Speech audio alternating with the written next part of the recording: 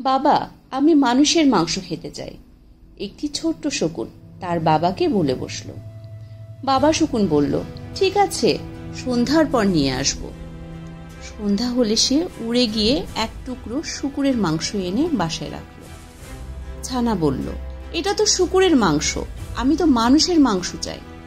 বাবা শকুন হেসে বলল, আচ্ছা ঠিক আছে, আর একটু অপেক্ষা করো।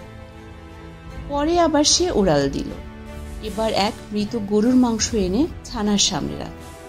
ছানা বিরক্ত হয়ে বলল, আবার ভুল, এটা তো গরুর মাংস, মানুষের মাংস কোথায়?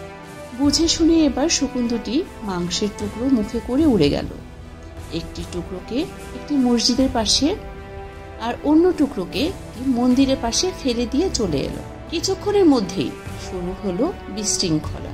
মানুষ ধর্মীয় উত্তেজনায় এমনভাবে লড়াইয়ে জড়িয়ে পড়ল যে শত শত মানুষ প্রাণ হারালো। কাছে বসে থাকা বাবা ছেলে শকুন নেমে এলো।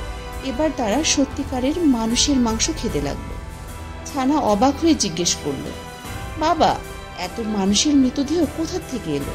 বাবা শকুন শান্তভাবে উত্তর দিল, মানুষ নিজেদেরকে সৃষ্টির শ্রেষ্ঠ জীব বলে দাবি করে, কিন্তু ধর্ম আর রাজনীতির নামে তাদের ব্যবহার করানো খুবই সহজ। তারা নিজেরাই নিজেদের ধ্বংস করে দেয়। ছানা বলল, ধর্মকেই ব্যবহার করলে কেন? রাজনীতি করলেই তো হতো।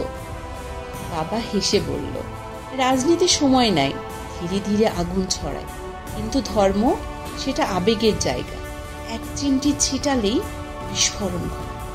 তুমি তো আজই খেতে চেয়েছিলে, তাই তাড়াতাড়ি কাজ ছেড়ে ফেললাম। ছানা বলল, তুমি তো খুব চালাক বাবা। বাবা বলল, আমি কিছুই না, আমি তো শুধু মানুষের কাছ থেকে শিখেছি। যখন এরা সরাসরি ক্ষতি করতে পারে না, তখন ধর্ম বা রাজনীতিকেই অস্ত্র বানায়।